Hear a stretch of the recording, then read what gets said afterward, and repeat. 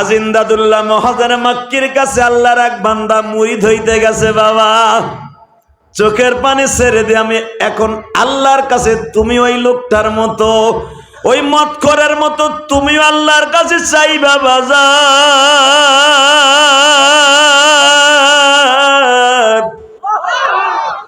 কোন মানুষ যদি মাওলার কাছে ঠিক মতো চায় গো বাবা, ওই মানুষটা কোনদিন মাপ না পাইয়া মাঠ ছাড়বে না। হাজী ইমদাদুল্লাহ মহাজারে মক্কি জিজ্ঞাসা করে, ও শিল্পপতি ভাই, আপনি যে আমার কাছে মুরিদ হইতে আসছেন, আমি আপনার কাছে মুরিদ হমু? হাজী ইমদাদুল্লাহ মহাজারে মক্কি জন বলছে, আমি আপনার কাছে মুরিদ হমু। ওই শিল্পপতি কইতেছে, আমি এইসে আপনার কাছে মুরিদ হইতে, আপনি আমার কাছে কি মুরিদ হইবেন? আমার কাছে মুরিদ হইলে তো আপনার সুদ খাওয়ার লাগবো, আমার সাথে মুরিদ হইলে তো আপনার মদ খাওয়ার লাগবো। হাজী ইমদাদুল্লাহ মহাজারে মক্কি বলে, কেন, আপনি কি মদ খান? এখন কানবেন। বলে, হুজুর মদ খাই না, মদ দিয়ে মাঝে মাঝে গোসল করি। আল্লাহর কুতুব আস্তে করে বলে, আপনি যে মদ দিয়ে গোসল করেন, খান, আপনি কি জানেন আমার আল্লাহ একটা পানি আর একটা গোশত হারাম করছে? মাছের ভিতরে হারাম করছে, গোশতের ভিতরে হারাম করছে, পানির ভিতরে হারাম করছে, পানির ভিতরে হারাম করছে মদ। কথা কর না কেন? নাপাক পানি আর মদ একই হুকুমে। আপনি কি জানেন পানি জাতীয় একটা জিনিস হারাম, সেটা মদ। আর হরিমাত আলাল মাইত, এবং মৃত জিনিস এটা হারাম। এই কথা বলতে দেরি আছে, আপনি মদ খাইয়েন না। কই হুজুর, আমার সবচেয়ে বড় সমস্যা, আমি মদ না খাইলে সহে দেই না, মাগরিবের পরে আমার মদ খাইতেই হয়। আল্লাহর কুতুব বলে ফেললেন, মদ কি আপনার খাইতেই হয়? কয় হব। আল্লাহর কুতুব বলে দিলেন, শিল্পপতি,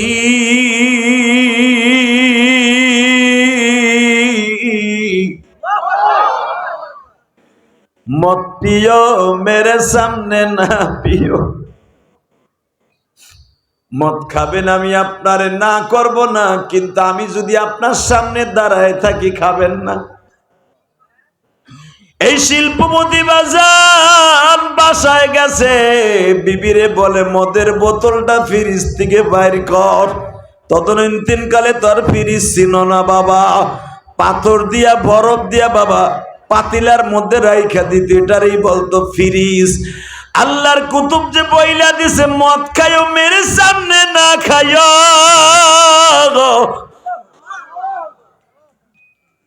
বিবি জিজ্ঞেস করে, তুমি এত টাকা খরচ করে হাজী ইমদাদুল্লাহ মহাজারে মক্কির কাছে মুরিদ হইতে গেলা, মুরিদ হইতে যাইয়া কি মদ ছাড়তে পারলা না? সঙ্গে সঙ্গে ওই চেয়ারম্যান শিল্পপতি বলে, তুই তো জানোস না আমার পীর এমন একটা পীর, সে মুরিদের অন্তরের খবর জানে গো।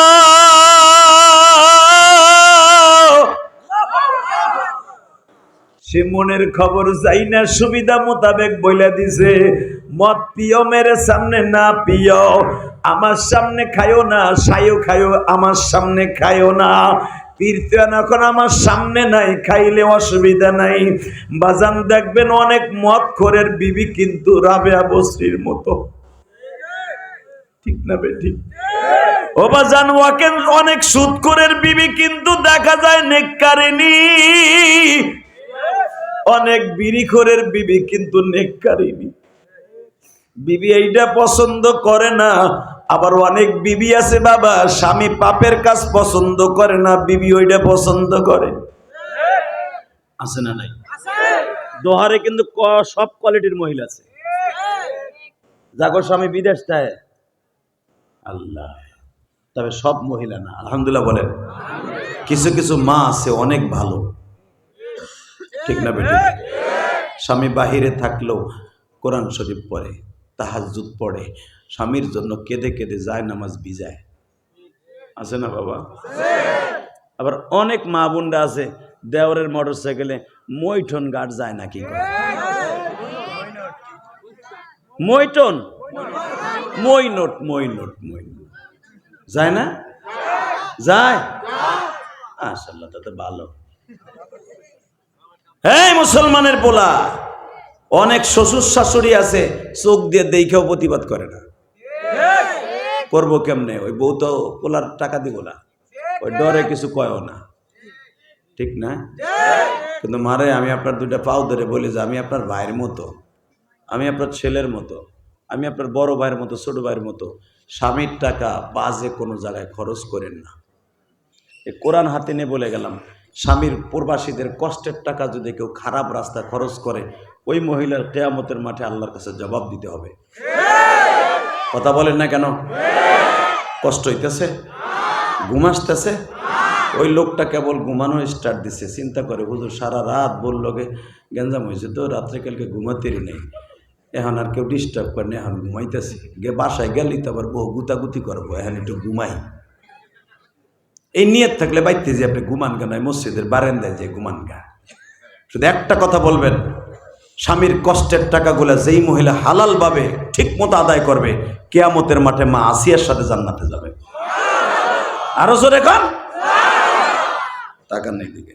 আল্লাহর কুতুব, তার বিবি দেখেন কি নিকার, কে তুমি বলে মুড়ি দিয়েছো? সব মুড়ি দিয়েছি, পীর আমার সঠিক আছে। কে?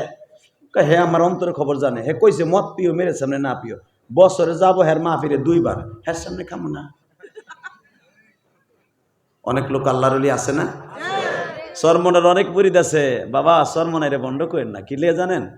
সরমনের কিছু কিছু পাগল আছে, এরা যখন মওলার জিকির আরম্ভ করে, কলার পাতা যেমন নাচে, তাদের অন্তরটাও নাচে। তবে সব মুরিদ যে আল্লাহর ওলি তাও না। সরমনের অনেক মুরিদ আছে ঘুষ খায়, সুদ খায়, আছে না নাই? আবার অনেক মুরিদ আছে 3 দিনের বয়ানে জাহান্নামের রাস্তা ছাইড়া দিয়া বড় ডাকাইত আল্লাহর ওলি হয়ে গেছে।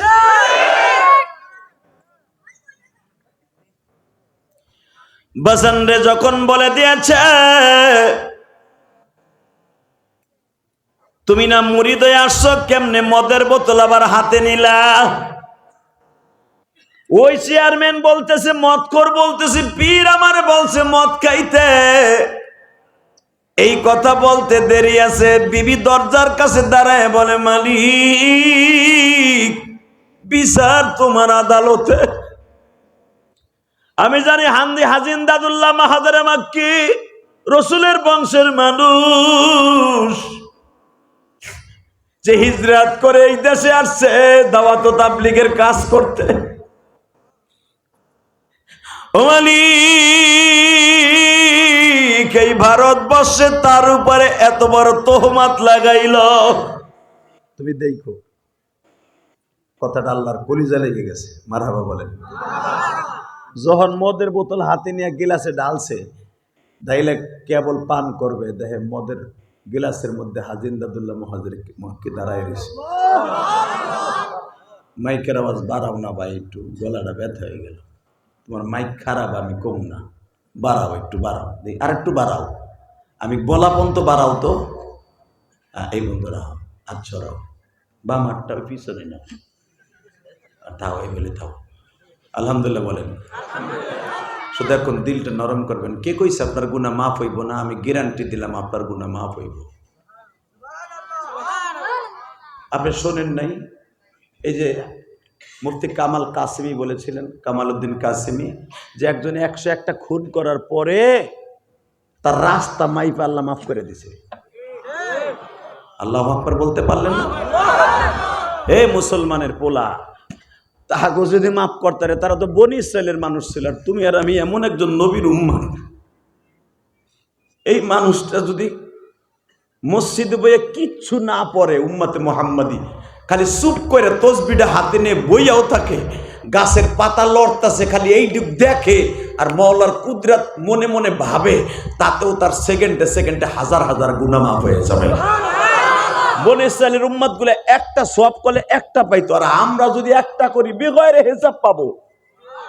কারণ তারা হায়াত পাইছে 100 বছর, 200 বছর, 500 বছর, 700 বছর, আর আমরা হায়াত পাই মাত্র 63 বছর।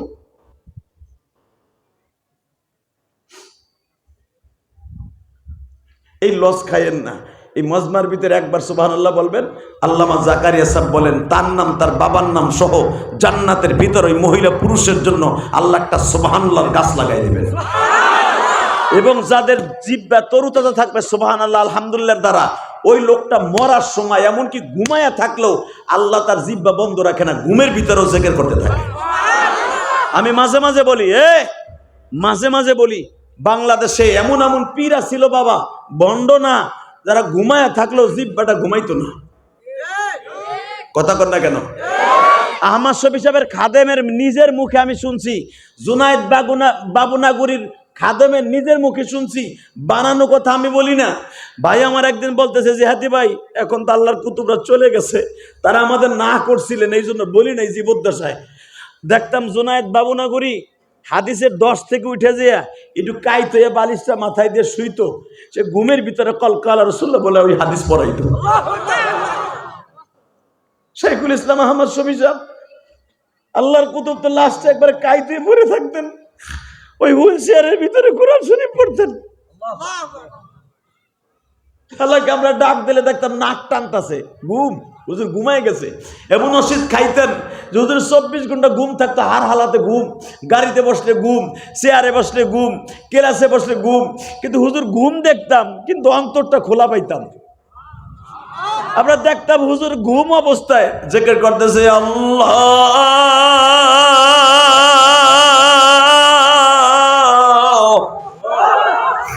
আল্লাহু হাজিরি আল্লাহু নাজিরি। হে আমার দোহারের কলিজার টুকরা বাজান না, দুনিয়া থাকার জায়গা নয় গো বাজান। আরে বাবা, এই যে দেখছো একটা ঘটনা, যুবক মারে মাত্র 500 টাকা চাইছিল প্রেমিকের জন্য পুরস্কার কিনে নিয়ে দেখা করতে যাবে, মার সাথে কথা কাটাকাটি হইল বাবা। আরে সকালে কথা কাটাকাটি হয়েছে, মা বলে ওই সেমরির জন্য তুই কিছু কিনে নিবি, আমি রাজি না। হে যুবক রে, বৈকাল বেলা দরজা লাগাইয়া ঠান্ডা মাথায় মারে খুন করল।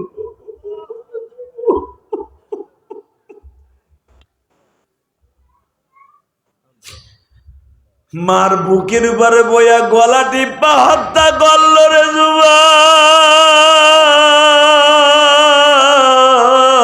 মারে মা।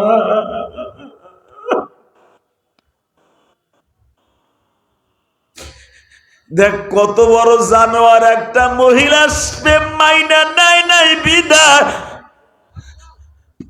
মার গলা টিপা মাইরা আবার ডিপ ফ্রিজের মধ্যে হাত পাও বাইন্দা বাবা ফেলে রাখছে।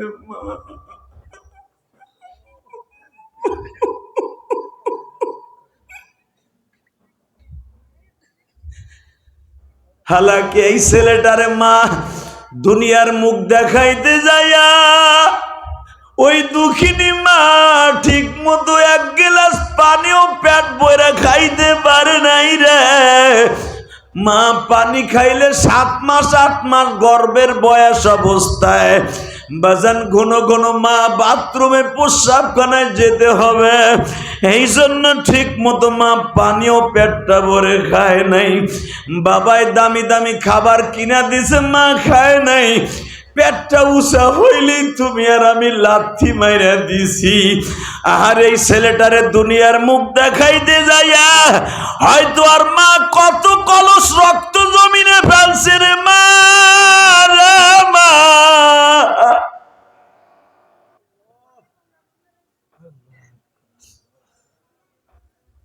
আল্লাহ, সারা জীবন মা মা কইয়া কাইন্দে গেলাম,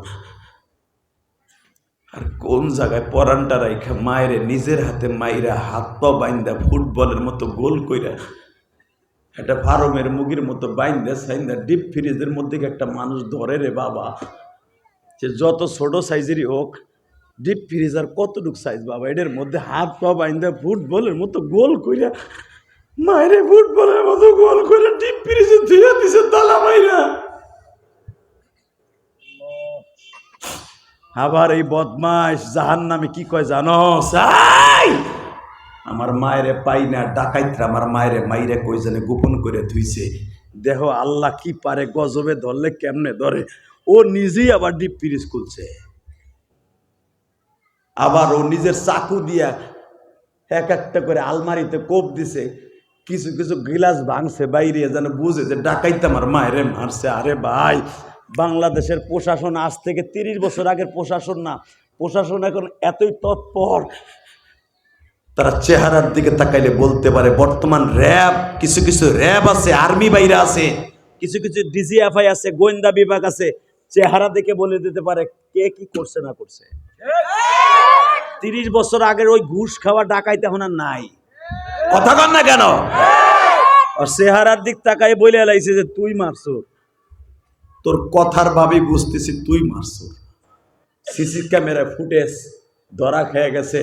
যুবক, আমি তোর পাও দুইটা ধরছি রে ভাই।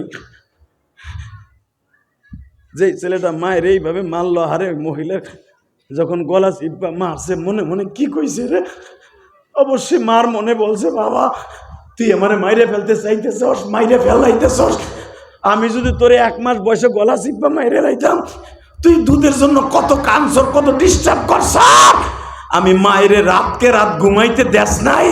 আমি যদি রাগ কইরা তোরে গলা চিপা মাইরে লাইতাম, কেউ বুঝতো না যে তোরে আমি মারছি।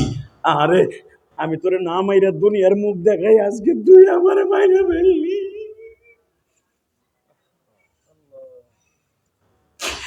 ও তোরা কই পাবি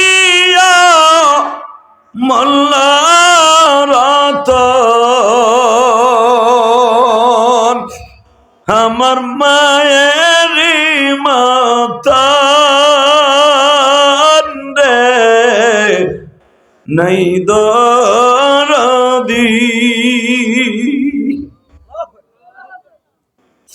অন্ধকার কবরের মাঝে জানি না কি আযাব হচ্ছে, মা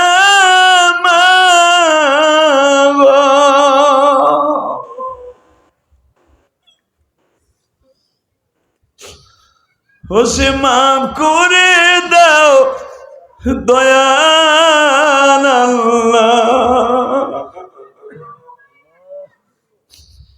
আমার দুঃখিনী মা রে নাই দরদি।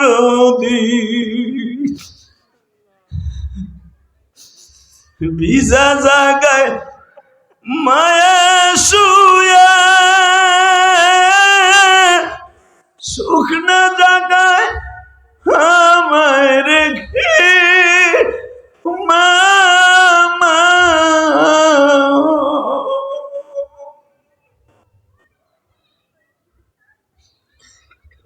আল্লাহ দেখো তো এই দোহারের তোমার কোন পাগলের মা নাই গো।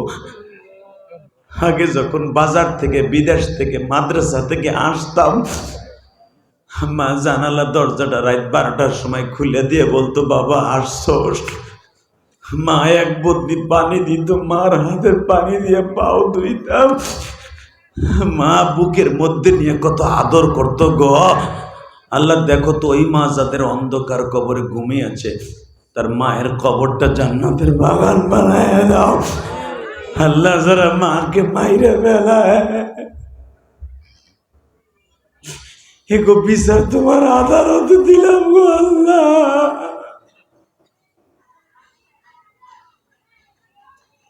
এই বাচ্চাগুলা, এই মাদ্রাসার মধ্যে কে বাচ্চাগুলা ডিস্টার্ব করে? এই মাদ্রাসার ভিতরে দেখো তো, এই তালবে ইলমগুলো ফিরাও। আল্লাহ হেফাজত করে দরকার। আমিন। এই কলিজার যুবক ভাইরা আমার, বলো তো এই জমিনের মালিককে? যারা বইয়ে বইয়ে কান্তাছেন, আমি কোরআন হাতে নিয়ে বলে গেলাম, আপনাদের চোখের পানি একদিন কথা বলবে ইনশাল্লাহ। বলেন আল্লাহু আকবার বলতে পারলেন না? আপনাকে কষ্ট হইতেছে?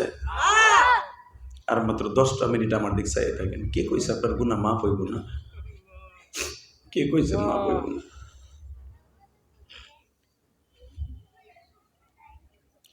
বাজান রে আমার দিকে তাকান। হাজী ইমদাদুল্লাহ মুহাজিরে মক্কি গ্লাসের মধ্যে দাঁড়িয়ে আছে। গ্লাসটা হাতে নিচে দেখে মদের গ্লাসের মধ্যে আল্লাহর কুতুব দাঁড়াই আঙ্গুলের ইশারা দিয়ে বলে, এ পাগল মদ পিও, মেরে সামনে না পিও। জোরে জোরে জোরে জোরে জোরে জোরে জোরে। এ বাজান মদের গ্লাসটা বাইরাইয়া বাংসা গো। এবার মদের কাছের বোতলটা হাতে নিছে, ডক ডক করে গালের মধ্যে প্রবেশ করাবে।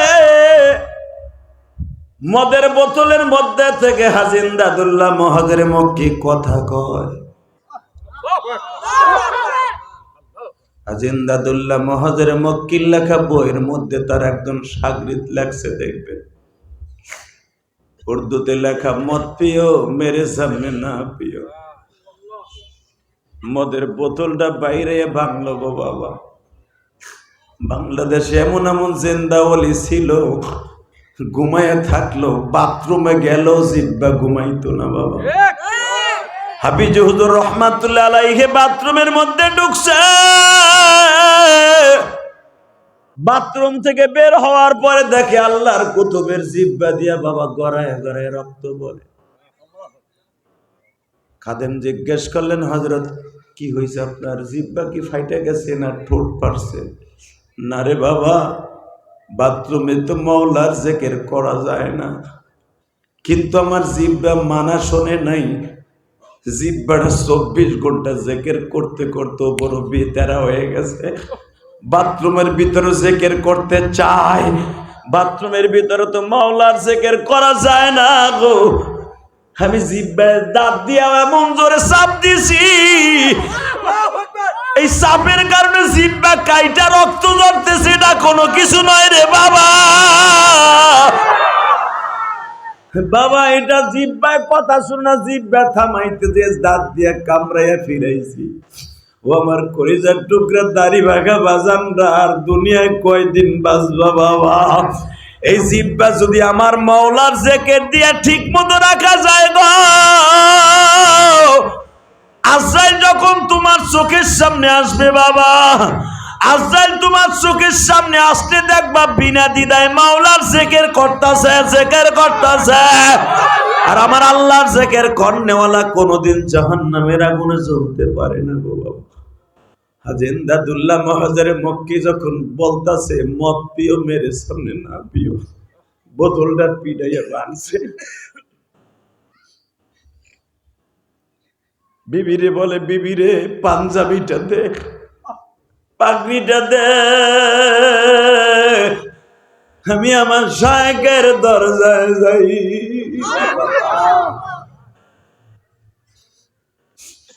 ও আমার দুহারের কলিজার টুকরা ভাইরা, আজকে 13ই নভেম্বর সাক্ষী রাইখা গেলাম গো। এই মাসবার মধ্যে যাদের চোখ দিয়া গড়ায় গড়ায় পানি পড়ছে, তুমি আলেম হওয়ার গায়রে আলেম হও। আলা ইন্না আউলিয়া আল্লাহ লা খাউফুন আলাইহিম ওয়ালা হুম ইয়াহজানুন। উদখুলু ফিস-সিলমি কাফা ওয়ালা তাত্তাবিউ খুতুওয়াতিশ শাইতান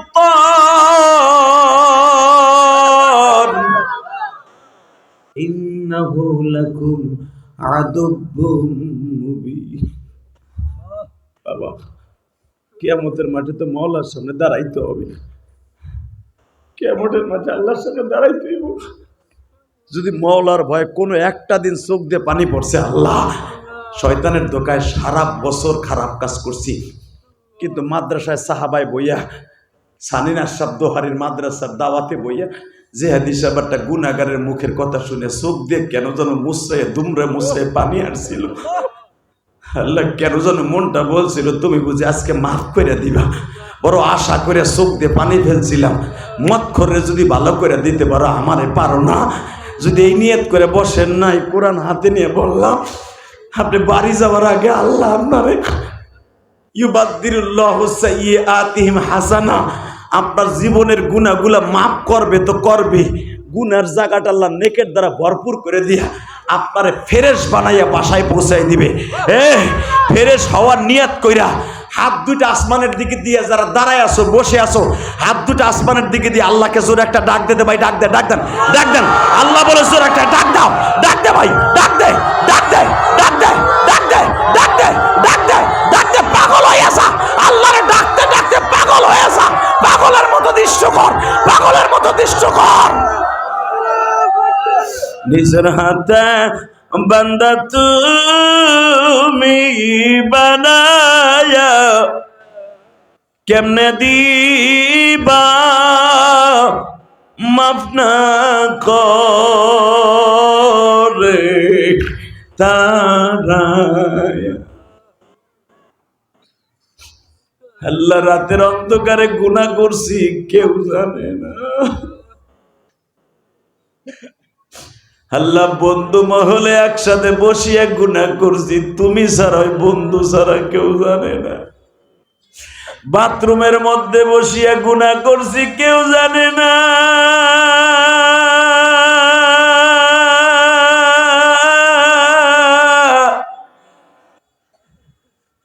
সব গুনার কথা মনে করে কান্দি, দেখো সামনে বসে তোমার পাগল গুলা কান্দে,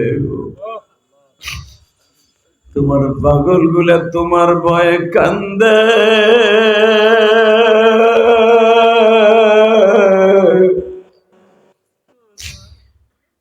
দুনিয়ায় যদি বাবা আওয়ামী লীগ সরকার চলে গেছে, অনেকে মামলার ভয়ে বিএনপিতে যোগ দিবে।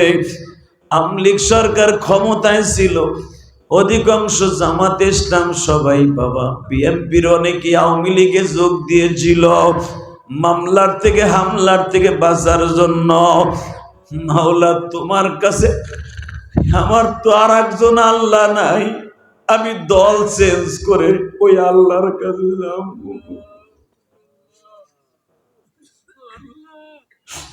জামান নামের হাত থেকে বাঁচতে হইলে তোমার পাও ধরেই বাঁচতে হইব মালিক। মহিলা প্যান্ডেলে আমার মায়েরা যারা বসে আছে, মা ফাতেমার সাথে হাসর করে দিও, মা আয়েশার সাথে হাসর করে দিও। আমার কোন মায়ের কোন বোনের জানো স্বামী নাই রে, কোন মা কোন বোনের জানো সন্তান বিদেশের বাড়ি থাকে, স্বামী বিদেশের বাড়ি থাকে, তুমি তাদের আল্লাহর ওলি বানায় দিও। ওই শিল্পপতি চেয়ারম্যান জামা গায়ে দিয়া পাগলের মতো দৌড়াইয়া বাবা হাজী ইমদাদুল্লাহ মহাজরে মক্কির কাছে গেছি।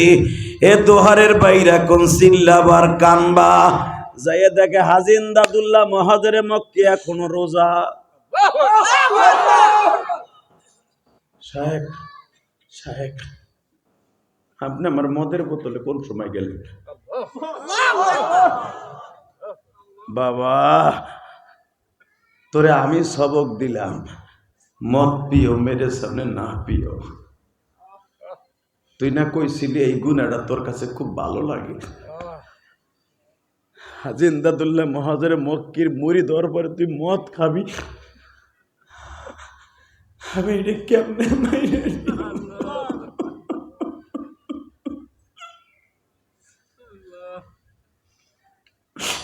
তুই মুরিদ হয়ে যাওয়ার পরের থেকে নিয়ে আমি শুধু ইফতারের সময় ইফতারি করছি সুন্নাত, তা না হলে তাও করতাম না। তুই এই 3 দিন ধরে বাসায় গেছ, আমি 3 দিন ধরে রোজা, যায় না মাঝে বসে কান দিয়ে বলি আল্লাহ আমার ওই মুরিদ যদি আমার কাছে মুরিদে মদ খায়, মাইসে কইবা হাজী ইমদাদুল্লাহ মহাজরে মক্কির মুরিদ মদ খায়, আল্লাহ আমার বদনাম হবে। তুমি কি চাও আমারে টার্গেট করে কোন ইন্ডিকেট করে আমারে কোন কেউ গালি দিক? হাজী ইমদাদুল্লাহ মহাজরে মক্কির জীবনের যদি কোনো আমল কবুল হয়, রোজা অবস্থা বলে কবুল হয়, আমার ওই মুরিদরে মদের থেকে ফিরিয়ে দাও, মদের থেকে ফিরিয়ে দাও। বাবা আমি জানি তোরে আমি শর্ত লাগাইছিলাম, মদ পিও, মেরে সামনে না পিও। তোর মদের বোতলে আমি থাকবো, তোর খাবারের গিলাসে আমি থাকবো, ওখানে আমি ছিলাম না, আমার রূপ ধারণ করে আমার আল্লাহ ছিল, আমার আল্লাহর কুদরত ছিল, আমার আল্লাহর কুদরত ছিল, আমার আল্লাহর কুদরত ছিল।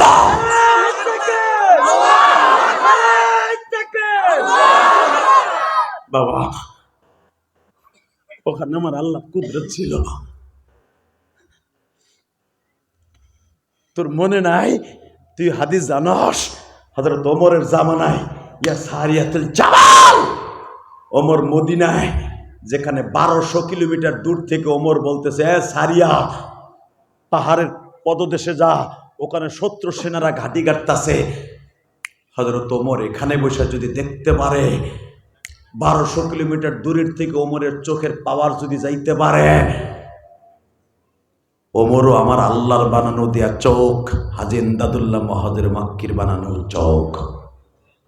তুই যখন মদের গ্লাস হাতে নিচ্ছিলি, তখন আমি যাই না মাঝে মোরাকাবায় বসা, আমি দেখতাছি তুই মদ ঢালতাছস, আমি তখন আমার মৌলারে ডাক দিছি, তুমি কই, তুই কই আল্লাহ আমার মুরিদ মদ খাবে, কিন্তু তোর বিবিটা পাইছ নেককার। একটা বিবি ইচ্ছা করলে তার স্বামীর সুদের থেকে ফিরাইতে পারে, একটা বিবি ইচ্ছা করলে জেনার কাছ থেকে ফিরাইতে পারে, একটা বিবি ইচ্ছা করলে তার স্বামীকে আল্লাহর ওলি বানাই দিতে পারে। মা, ও মা, মা, আপনি ইচ্ছা করলে আপনার স্বামীরে আল্লাহর ওলি বানাই দিতে পারেন। তার জ্বলন্ত প্রমাণ এখন আমি দিয়ে দেবো। আল্লাহু আকবার জোরে বলতে পারেন না? উহুদের মাঠে 3টা কবর দেখা যায়। কয়টা? জোরে কন। হালাকি এখানে ঘুমিয়ে আছে 70 জন সাহাবী,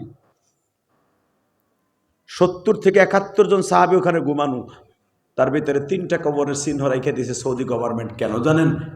এই 3টা কবরের সাথে নবীর প্রেমের খেলা শুরু হয়েছে। 1 নম্বরে নবীর কলিজার টুকরা চাচা হামজা, যে কোনদিন আমার নবীর গায়ে একটা ফুলের টোকা দিল, হামজা তার মাথা না ফাটাইয়া ঘরে কদম দেয় নাই। এবং নবীর সাথে হামজার সাথে সম্পর্ক যদিও চাচা ভাতিজার, কিন্তু তারা দুইজন দুধ ভাই, একই বান্দির দুধ পান করছে।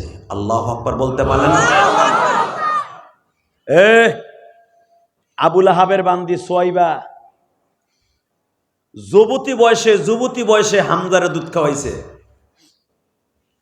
আর বৃদ্ধা বয়সে দুধ পান করাইছে আমার নবীরে। সুবহানাল্লাহ বাইতে যাইয়া কইও। নবীর কথা শুনে যার অন্তরে ভালো লাগে সুবহানাল্লাহ বলবেন। এই সুবহানাল্লাহর গাছটা এত বড় হবে, যুদ্ধের তেজস্ব ঘোড়া যদি 500 বছর পর্যন্ত ওই গাছের নিচ দিয়ে দৌড়ায়, ওই গাছের ছায়া অতিক্রম করা সম্ভব নয়।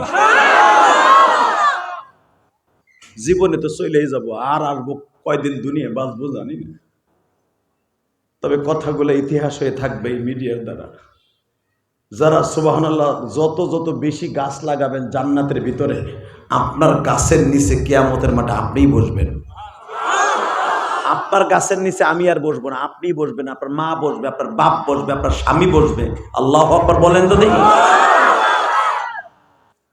আর মাত্র কথা বলবো 5 মিনিট, 5টা মিনিট পরে আমি বিদায় নিয়ে চলে যাব। শুধু একটা কথা মনে রাখবেন, এই জমিনের মালিক কে? আল্লাহ আছে না? আছে? বিশ্বাস হয়? তাকাও এইদিকে।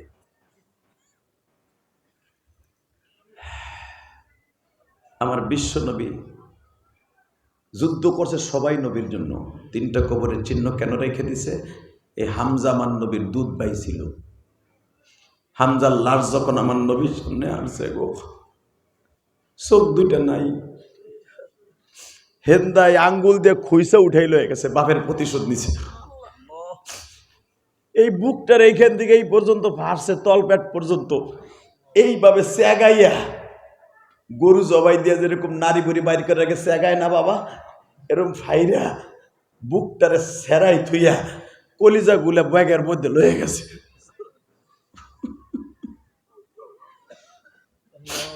পায়ের আঙ্গুল গুলা কাইটে লয়ে গেছে, হাতের আঙ্গুল গুলা কাইটে লয়ে গেছে, কান 2টা কাইটে নিয়ে গেছে, নাকটা কাইটে নিয়ে গেছে যেন কেউ না চিনতে পারে।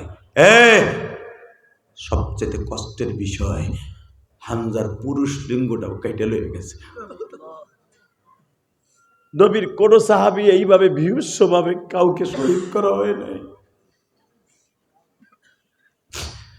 বাজান রে, এখন আমি দেখবো নবী যারে তার জানের চাইতে বেশি ভালোবাসতেন। আমার নবীর এই মাথাটা ব্যান্ডেজ করা বাবা,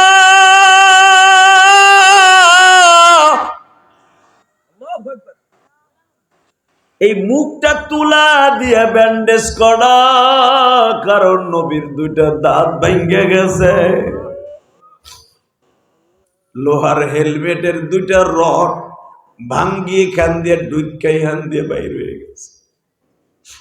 আমি দেখবো আমার নবীর আশেক কয়জন আছে, নবীর কথা শুনিয়ে যদি কারো চোখে পানি আসে বাবা, ওই মানুষটা কোনোদিন জাহান্নামের আগুনে জ্বলবে না রে। আমার নবীরে না দেখাই আল্লাহ কবরে ডাক দিবে না।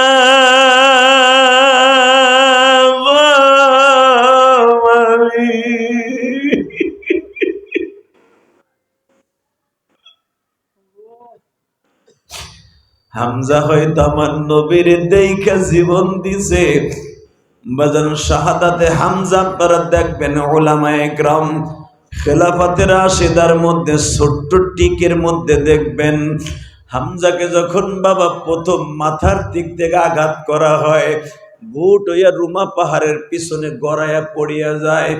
বাজান রে ওয়াহশী নামে পরবর্তীতে যদিও কালেমা পড়ছে, হামজার পিঠের উপর উঠিয়া বাবা পাথর দিয়ে মাথাটা সেইছে ফেলায় গো বাবা।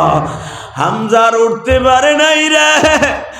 আরে হামজারে ঠান্ডা মাথায় মারিয়া, যখন এখনো জানটা বাকি, এখন তুমি চিৎকার মারবা, উলামায়ে কেরাম বানানো কথা আমি বলি না। আমির হামজারে যখন বাবা এই মুখের মধ্যে পাথর দিয়ে আঘাত করে দাঁতগুলো ভাঙ্গা ফেলায়, তখনও তিরি তিরি জানটা ছিল, জিব্বার ভিতর আওয়াজ আসতেছিল, মালিক তুমি কই গো? আমার ভাতিজা মুহাম্মদ রে দেইখা রাইখো।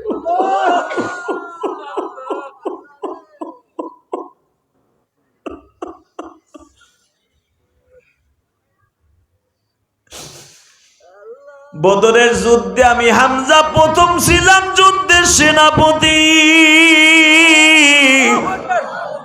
দ্বিতীয় ছিল ভাতিজা আলী। আজকেও ডালডা ভাতিজার হাত থেকে নিয়েছিলাম তোমার নবীর হাত থেকে।